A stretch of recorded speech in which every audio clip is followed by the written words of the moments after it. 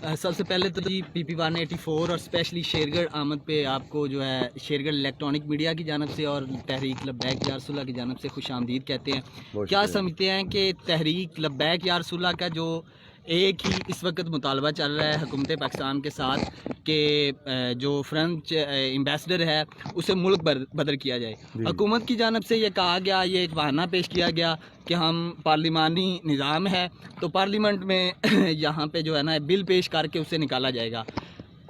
Last dead line کے بعد 2 بل پیش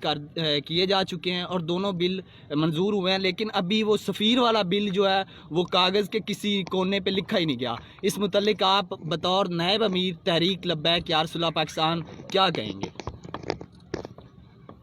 دیکھیں، جہاں تک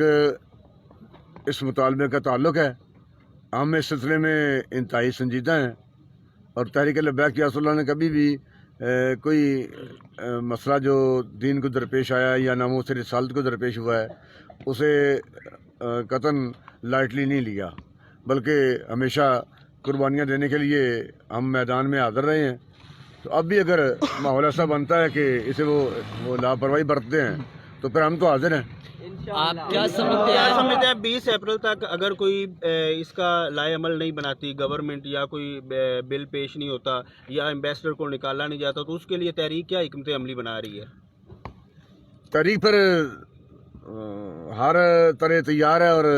حد سے آگے گزرنے کے لیے بھی تیار ہے۔ تحریک کے کارکنان جو ہیں وہ دھرنا دیں گے، ریلی نکالیں گے یا جو ہے اپنا ایمبیسڈری اس کی طرف رخ کریں گے؟ تھوڑا سا ایڈ کر لیں کہ منزل فیض آباد ہوگی 20 اپریل کے بعد اگر مسئلہ حل نہیں ہوتا، یا کہ فیض آباد کے آگے جانے کا بھی کوئی پلان ہے؟ ابھی بیٹھ کر مشاورت تو نہیں ہوئی کیونکہ ابھی یہ اس میں کافی دن ہے، لیکن اس کے باوجود ہمیں جس طرح ہی کرنا پڑا ہم کریں گے۔ فیض آباد دھرنا دینا پڑا تو پھر بھی دیں گے، ملک کو جام کرنا پڑا تو پھر بھی کریں گے۔ لبیک لبیک لبیک یا رسول اللہ، لبیک حکومت کی طرف سے کوئی ایسی کمیٹی بنائی گئی ہے جو تحریک کے ساتھ مذاکرات کرے، یا تحریک کی طرف سے کوئی ایسی کمیٹی بنائی گئی ہے جو ان کے ساتھ مذاکرات کر کے اس کا کوئی حل نکالا جائے؟ ابھی تک کسی حکومتی نمائندے نے کوئی رابطہ کیا تحریک کے ساتھ؟ ابھی تک حکومت کی جانب سے کوئی رابطہ ہوا نہیں۔ ظاہر ہے وہ اپنی کمیٹیوں نے تشکیل دے لی ہوگی، انہیں بھی خبر ہے، اچھی طرح ان کو علم ہے کہ تحریک لبیک اس معاملے میں خاموش بھی نہیں ہے، پہلے بھی خاموش نہیں رہی اور اب بھی خاموش نہیں رہے گی۔ 20 اپریل کو بھی اگر مسئلہ حل نہیں ہوتا تو تحریک لبیک یا رسول اللہ اب تک جیسے پرامن رہی ہے ویسے پرامن رہے گی، یا کہ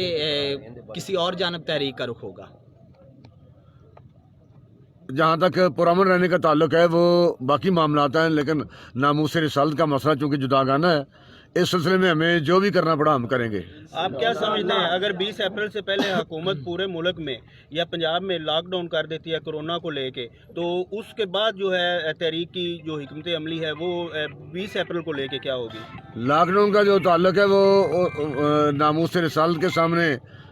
نہ ہی کوئی لاک ڈاؤن کی کوئی حیثیت ہے، اور تحریک لبیک یا رسول اللہ کے سامنے بھی لاک ڈاؤن کی کوئی حیثیت نہیں ہے۔ آج کا آخری سوال جو ہے نا کہ اس سے پہلے میں یہ کویسچن کر چکا ہوں قائد تحریک لبیک یا رسول اللہ علامہ خادم حسین رضوی رحمۃ اللہ علیہ سے بھی، کیا آپ سمجھتے ہیں کہ اسلام میں ووٹ سے یعنی کہ بیلٹ سے تبدیلی ممکن ہے، یا بیلٹ کا ووٹ کا جمہوریت کا کوئی کنسیپٹ ہے اسلام میں جس کے ذریعے تحریک لبیک یا رسول اللہ چاہ رہی ہے کہ باقاعدہ جو ووٹ کے ذریعے نظام مصطفیٰ راج ہو ملک پاکستان میں؟ جمہوریت کا تعلق اسلام کے ساتھ تو نہیں ہے، لیکن چونکہ جو ایک نظام چل رہا ہے، ہم یہ نہیں چاہتے کہ ملک میں انتشار ڈالا جائے یا ملک کے حالات کو خراب کیا جائے یا ملکی معاملات میں اس طرح حد سے گزر کے دخل اندازی کر کے ایک انقلاب برپا کیا جائے۔ ہم بھی یہ چاہتے ہیں کہ پرامن طریقے سے ہی اسلام کو، دین کو تخت پر لایا جائے تاکہ ملک پاکستان کو بھی اور بیرونی ممالک کو بھی، پوری دنیا میں کسی ایسے ناگفتہ بے حالات کا سامنا نہ کرنا پڑے، ورنہ اسلام کے نفاذ کے لیے تو ہم سنجیدہ ہیں۔ PP 184 میں آج آپ تشریف لائے ہیں، یہاں پہ مقامی قیادت کے کام کو اور ان کے جذبے کو آپ کس نظر سے دیکھ رہے ہیں اب تک؟ ان کے جذبات کو میں لاکھوں سلام پیش کرتا ہوں اور تحسین پیش کرتا ہوں، جو اس وقت رات کا اب 12:30 ہو چکے ہیں لیکن اس وقت جو ان کا جوش جذبہ ہے وہ لائق تحسین ہے. اور ہم ابھی یہ گاڑی میں بات کر رہے تھے کہ یہ رات کی 12:30 بجے اس طرح ان کی محبتوں کا اور یہ اس طرح انتظار کرنا، اس کے طرح پھولوں کی برسات، اس طرح محبت کے ساتھ لبیک کے نعرے لگانا، یہ اس بات کی دلیل ہے کہ یہ لوگ حضور کی عزت اور ناموس کے تحفظ کے لیے فرانس کے سفیر کا مسئلہ ہو یا کوئی اور بھی مسئلہ ہو ناموس رسالت کا، تو یہ جانے دینے کے لیے بالکل تیار ہے. صاحب آخری سوال بتائیے گا کہ کوئی بھی سیاسی پارٹی ہے جب ان کے الیکشن وہ اینڈ پہ ڈنڈورا یہی پیٹتی ہیں کہ ہمارے ساتھ دھاندلی ہوگی، لیکن کراچی سیٹ پہ تحریک کی جو ورکر تھے، جو تحریک کا نامزد کیا ہوا کینڈیڈیٹ تھا، وہ اینڈ تک تحریک کی جو سیٹ تھی وہ رزلٹ یہی آ رہے تھے کہ آگے جا رہی ہے، لیکن اینڈ پہ رزلٹ کچھ اور نکلا. اس حوالے سے تحریک نے کوئی جو ہے نہ کوئی پریس کانفرنس کی، نہ کوئی احتجاج کیا کہ ہمارے ساتھ دھاندلی ہوئی ہے، اس کو آپ کس نظر سے دیکھتے ہیں؟ اس میں اگرچہ سستی برتی گئی ہے، تحریک کے ذمہ داران کو وہاں پریس کانفرنس بھی کرنی چاہیے تھی اور اپنے اس حقوق پر ڈاکہ ڈالنے کا انہیں سر عام اظہار کرنا چاہیے تھا. حالانکہ ملک پاکستان میں آپ کے سامنے ہے، پوری قوم کے سامنے ہے جو حالات چل رہے ہیں. یہ جہاں تک دین کا تعلق ہے اس کے خلاف یہ ساری پارٹیاں ایک ہیں، چاہے وہ نون لیگ ہو یا پی ٹی آئی ہو یا کاف لیگ ہو یا پیپل پارٹی ہو، چونکہ ان کا ایجنڈا ہی مغرب سے آتا ہے. اس ایجنڈے کی تکمیل کے لیے یہ کام کرتی ہیں اور ملک پاکستان میں ساری سیاسی پارٹیوں کے